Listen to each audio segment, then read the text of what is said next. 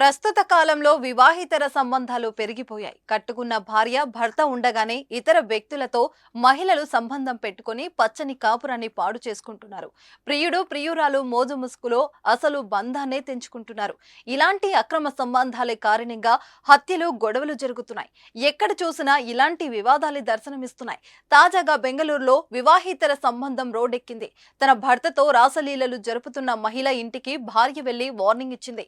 గజం కేవలం 500 రూపాయలతో 1210 గజాల భూమి కేవలం 6 లక్షలు మాత్రమే. మరోసారి తన భర్తతో కనిపిస్తే తోళ్లు తీస్తానని హెచ్చరించింది. బెంగళూరులో మారుతి లేఅవుట్ దొడ్డగుబ్బి మెయిన్ రోడ్లో ఓ ఘటన జరిగింది. ఓ మహిళ ఇంటి నిర్మాణానికి కంకర ఇసుకను శరణ్ అనే వ్యక్తి వద్ద కొనుగోలు చేసింది. అతడితో బాగా పరిచయం పెంచుకుంది. ఈ క్రమంలో ఇద్దరి మధ్య అక్రమ సంబంధం ఏర్పడింది.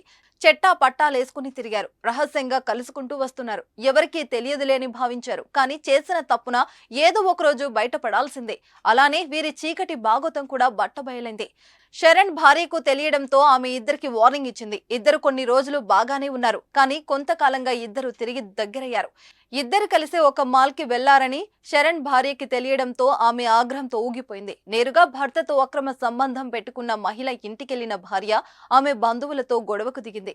ఈ నెల 2న రాత్రి 11:30 కెంపరాజు షరతులతో కలిసి సుమంత ఆ మహిళ ఇంటికి వెళ్లి కిటికీ అద్దాలు ఫర్నిచర్ ను ధ్వంసం చేసింది. మరోసారి తన భర్తతో కనిపిస్తే బాగుండదని హెచ్చరించింది. అయితే వారి దాడిలో పూర్తిగా నష్టపోయానని ఆ మహిళ కొత్తనూరు పోలీసులకు ఫిర్యాదు చేసింది. తన ఇంటిపై దాడి చేసి లక్షల ఆస్తి విలువలు చేసే వస్తువులు ధ్వంసం చేశారని పేర్కొంది.